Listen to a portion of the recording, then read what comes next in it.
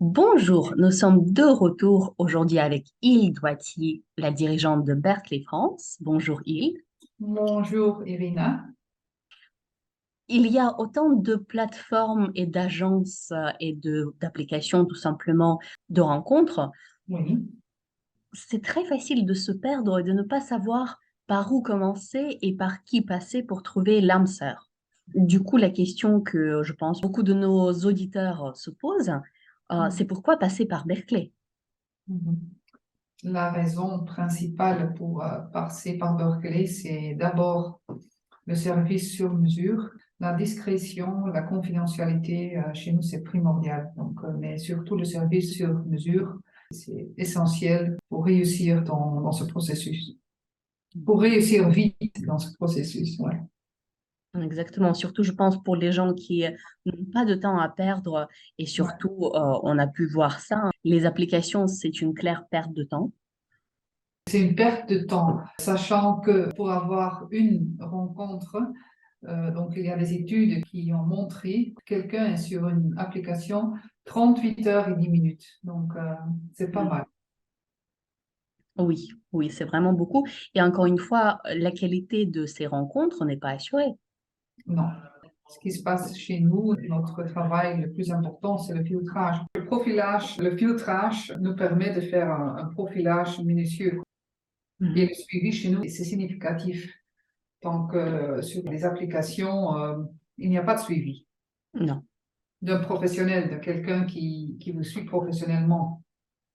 Et en plus, vous avez toute une équipe en place avec les psychologues, avec les sexologues. C'est très impressionnant. C'est impressionnant, mais c'est aussi très utile pour nos membres. Ils ont une réponse sur toutes les questions, sur toutes les hésitations. Donc, nous faisons tout, Irina, pour que ce processus succède, pour qu'on a du résultat. Et quand je dis tout, on est toujours disponible, on a toujours notre téléphone avec nous, donc c'est vraiment un service très haute qualité. Oui, absolument. Ouais. C'est quelque chose qu'on ne voit pas ailleurs. Non, absolument pas. Ça, j'ose dire. Et ça, je peux dire, ouais. Effectivement, c'est une fierté, hein. Ouais, absolument. Et je pense, donc, on peut caractériser Berkeley en tant qu'un club d'introduction, un club très privé, n'est-ce pas? Ouais, c'est ça. C'est vraiment privé, c'est sélectionné et on peut demander pour devenir client chez nous. On peut nous envoyer une demande d'information, mais c'est seulement après un entretien approfondi qu'on va prendre la décision si le candidat peut joindre ou pas. On fait des vérifications des antécédents, on fait des identifications de beaucoup de choses des gens, de vision du monde global, du NDA, c'est quoi les valeurs, c'est quoi leur personnalité, c'est quoi le statut professionnel, social, c'est quoi les loisirs, c'est quoi les buts et quelle formation on a eu, c'est quoi le niveau financier, etc.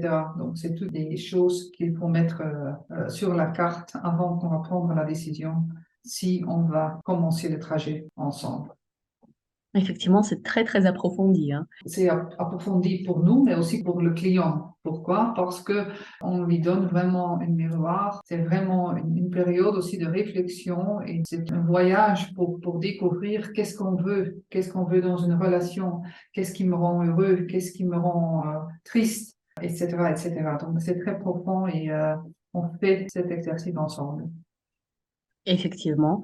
Et je pense que les gens n'ont pas tout à fait l'habitude de prendre ce temps. Déjà, les gens n'ont pas de temps tout court, hein, de prendre le temps pour réfléchir de quoi est-ce qu'on a vraiment besoin, de quoi est-ce qu'on a envie dans le partenaire, dans le futur partenaire de vie. Et je pense que vous permettez à vos membres, à vos clients, déjà de commencer cette réflexion et de l'accompagner dans cette réflexion. Absolument, mais cette réflexion est très, très importante. Ce que je constate quand je pose la question aux nouvelles candidats, qu'est-ce que vous cherchez dans un partenaire? Qu'est-ce que vous aimez?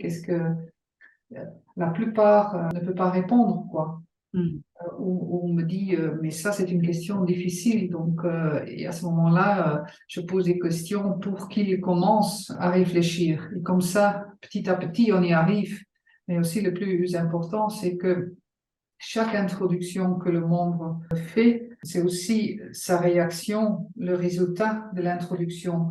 C'est très important comment le membre a perçu le rendez-vous. Qu'est-ce qui était bien, qu'est-ce qui n'était pas bien. C'était quoi la réaction. Mais aussi à ce moment-là, si par exemple je parle avec Jean et je lui demande comment a été votre rendez-vous avec Anne, à ce moment-là, je vois Anne par des yeux de Jean et pour moi c'est très intéressant aussi. Et quand je vais parler à Anne, je vais voir Jean à partir des yeux de Anne. Donc toute cette information, on va utiliser cela pour réfléchir et filtrer c'est qui le prochain profil à qui on va introduire notre membre. Donc ça c'est très important. Mhm. Oui, ça vous permet d'aiguiller encore plus la recherche Oui. en partant des critères de base, mais après, de plus en plus, oui, au fur et à mesure des rendez-vous, je pense que ça, c'est très intéressant, effectivement.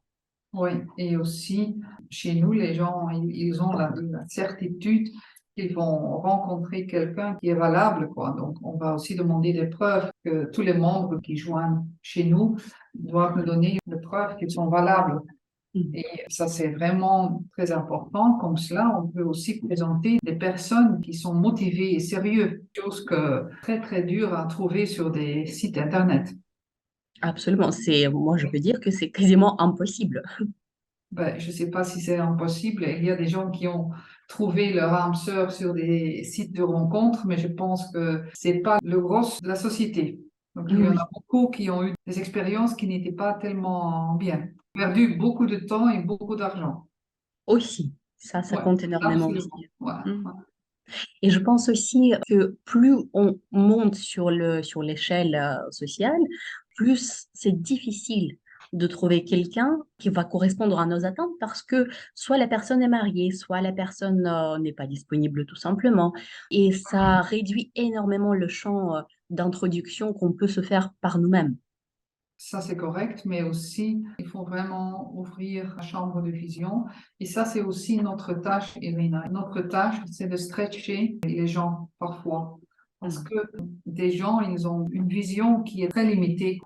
Et parfois, ils sont surpris dans le bon sens qu'il y a aussi des gens, par exemple, s'il y a un homme qui veut seulement voir des brunettes, et à un certain moment, je propose quelqu'un qui a des cheveux blancs et ils sont surpris dans le bon sens que cette dame-là, elle a tous les critères et toutes les qualités que ce monsieur-là, il cherche dans une femme, par exemple. Donc, c'est très bien pour voir ça qu'on peut stretcher les gens. Et je pense que ça, c'est aussi le travail que nous faisons. Et ça, c'est quelque chose qui est très valable. Je pense que c'est grâce à ça, les gens ont beaucoup plus de possibilités de trouver l'âme sœur, de trouver l'amour, le vrai Absolument. amour de la vie. Absolument. Mm. Donc, et j'essaie toujours d'expliquer qu'il ne faut pas se limiter à seulement une brunette, par exemple. Donc, il y a un spectre des gens qui peuvent, ou des femmes qui peuvent avoir ces critères-là, qui ont ces critères-là. Et ça, c'est très valable aussi pour voir ces personnalités-là ou cette femme-là. Mais Mm. a priori, dire non, moi, je veux pas voir une blonde parce que j'aime pas les blondes, pour moi, c'est quelqu'un qui se limite qui pense dans les restrictions, qui est dans sa tête pour 100%. Et à ce moment-là, c'est à nous d'essayer de lui expliquer pourquoi la blonde peut être intéressante pour aller boire un café avec. Une rencontre doit être faite en fonction de profondeur émotionnelle, mais aussi des valeurs, la personnalité, des objectifs et la vision du monde. Donc, c'est pas une seule chose. Il ne s'agit pas seulement des couleurs des cheveux, par exemple. Il s'agit de beaucoup, beaucoup plus. Et je pense que même si la personne va rencontrer, par exemple, son typage avec je sais pas, les cheveux bruns, de cette taille, je sais pas, avec les yeux de cette couleur, c'est pas du tout dit que le courant passera et que les étincelles vont être là, malgré que les critères sont Absolument, là. absolument, parce que les étincelles, c'est quelque chose de très bizarre, c'est de l'énergie, c'est du charisme, c'est dans un petit coin, donc c'est imprédictable. Mhm. Oui, on peut juste, je pense que les étincelles, dans tous les cas, ils peuvent avoir lieu uniquement sur la base de l'âme et du cœur et pas du tout sur la physique. Absolument, c'est l'âme et c'est le cœur, ouais, c'est de l'énergie, ouais, ouais, c'est l'âme, surtout l'âme, ouais. D'accord. Ouais. Quel conseil donnerez-vous à des personnes qui s'apprêtent à faire ce premier pas et de s'adresser chez vous? Je donnerais le conseil d'abord se mettre prête émotionnellement, se libérer de la frustration, de haine et de tout ça. Ça ne porte à rien, ça donne des émotions négatives. Donc, il faut vraiment être prête pour l'avenir et être content qu'on a vécu ces moments difficiles. On a toujours, donc c'était un moment d'apprentissage et il faut être content pour cela qu'on a pu vivre cela parce que on est grandi par ce moment-là. Donc il faut pas être une bombe de frustration, de hâte, de haine, de peur. Ça vaut pas la peine et ça va pas marcher. Eh ben, j'espère que nos auditeurs vont entendre ce conseil et l'appliquer aussi. Espérons-nous, Irina. Oui, Croissons les doigts. absolument. Et je vous remercie pour cet entretien très intéressant. Donc, on vous retrouve la semaine prochaine pour le sujet Serais-je à la hauteur des attentes de l'autre? Parfait, parfait, Irina. Merci beaucoup, Hilde. Je vous remercie. Bonne soirée. Au revoir.